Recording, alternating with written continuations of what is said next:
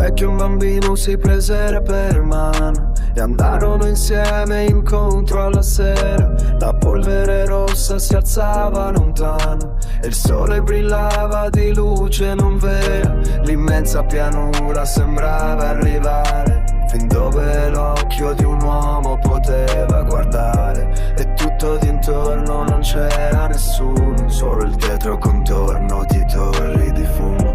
I due camminavano, il giorno cadeva, il vecchio parlava e piano piangeva, con l'anima assente, con gli occhi bagnati, seguiva il ricordo di miti passati. I vecchi subiscono le ingiurie degli anni, non sanno distinguere il vero dai sogni. I vecchi non sanno nel loro pensiero distinguere i sogni, il falso dal vero.